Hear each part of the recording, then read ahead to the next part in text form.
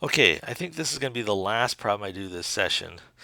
So it's problem 64 from chapter 9. It says line L is perpendicular to the line. That's worth underlining.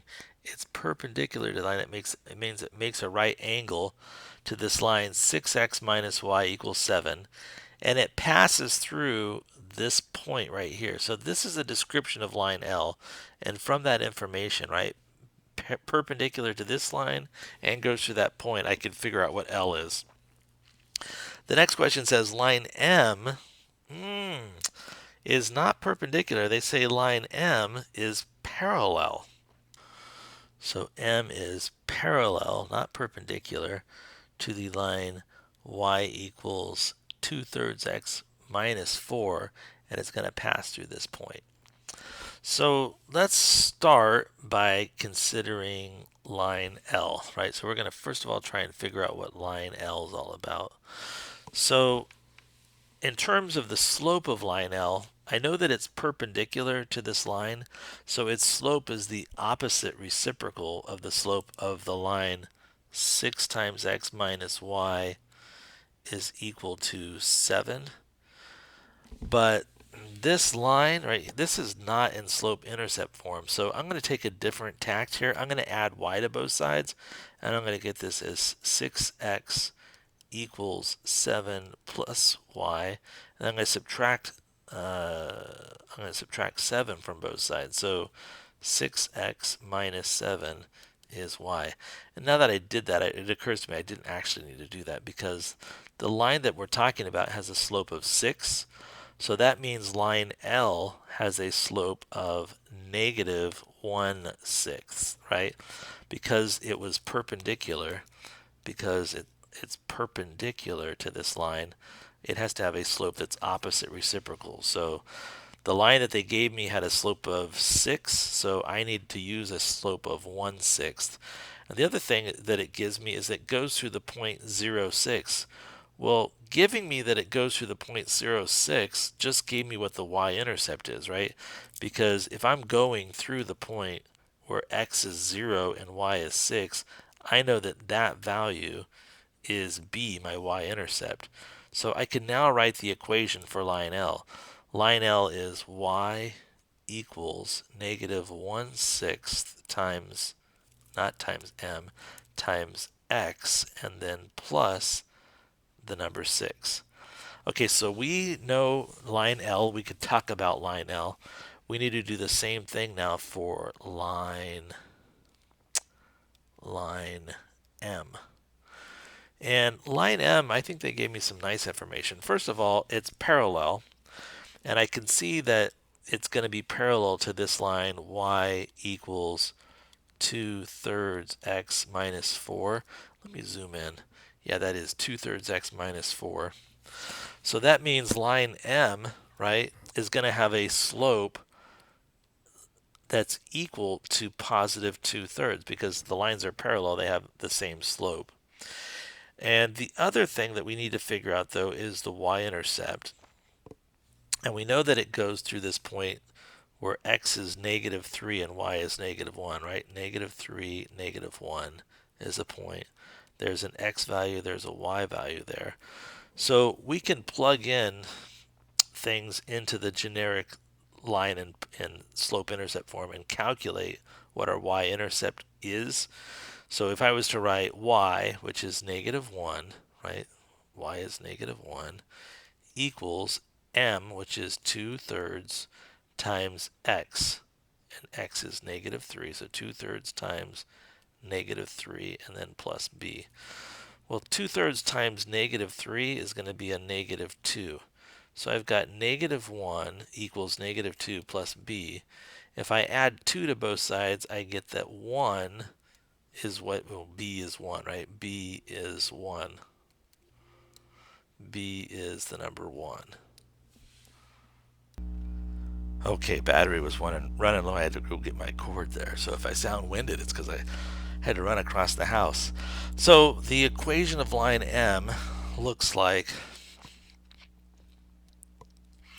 y equals 2/3 x plus 1. All right, super good, right? We know the equation of line M, and we know the equation of line L. But we're not done. It says, where do lines L and M intersect? Oh, explain how you found your solution.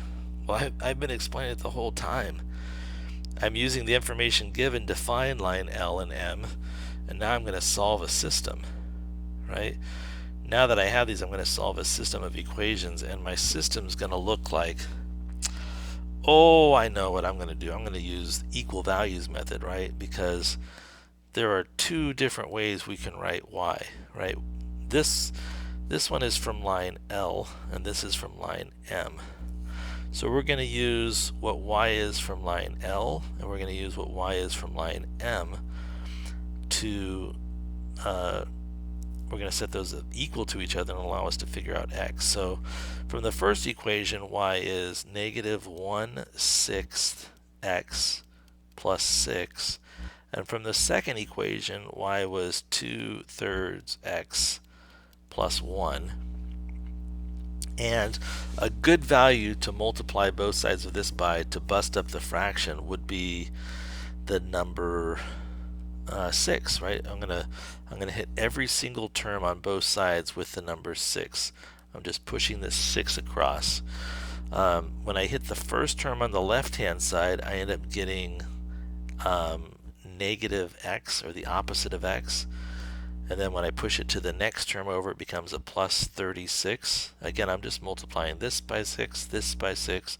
Over here, this 2/3 times 6. 6 divided by 3 is 2. This can become 4x, so that got multiplied by 6. And then finally, plus 6. So everything got multiplied by 6. To finish solving this, I'm going to add an x to both sides. So 36 is going to equal 5x plus 6, right? You can look at what I had and look at what I have now and say, what did he do? He added x to both sides, right? That's exactly, look at it, you can see that. Then I'm going to take away a 6 from both sides. This is become 30 is 5x. What did I do? I took away 6 from both sides, and then finally I'm going to divide both sides by 5. 30 divided by 5 is 6. So I know that x is the number 6. But I'm not entirely done because I need to figure out what y is. Now I have two ways of figuring out y, right? I just plugged them into these two, either one of these equations, and actually if I plug it into both, that would act as a check in my solution being correct. So I think that x is 6, x equals 6. So from my first equation, 6 times negative 1/6 would be negative 1 plus 6, which is 7. And from the other equation, 6 times 2/3, let's see, 6 divided by 3 is 2, and 2 times 2 is 4, and 4 plus 1 is 5. So I've got 4 plus 1 is 5. Now, I'm sad because these are not the same, but I can see why they're not the same. They're not the same because I made a very goofy arithmetic error, and maybe you see it. It turns out when you add negative 1 and 6, you do not get 7. Negative 1 plus 6 is 5, so this value right here should be 5, which is great because now I can see that this is indeed the point that satisfies both of these equations, right? When x is 6, it makes the negative 1/6 x plus 6 equal to 5, and it makes the other one equal to 5. So I believe my answer is 6, 5. And what is that? This is the location. This is where lines L and M meet. And how did I find that? Well, I gave, given the descriptions of line L and M, I wrote equations for them, And then once I had the two equations, that was the orange box and the blue box, I solved that system of equations using the equal values method.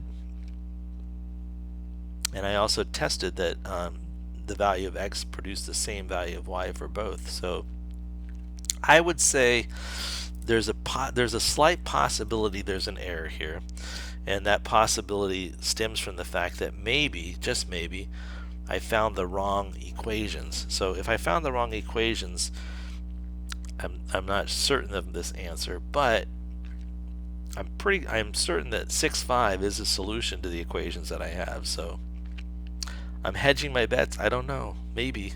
But I think I got it right because the perpendicular I did the opposite reciprocal, the parallel I did the same. I think we're good. So I hope you found that helpful. That was question 64 from chapter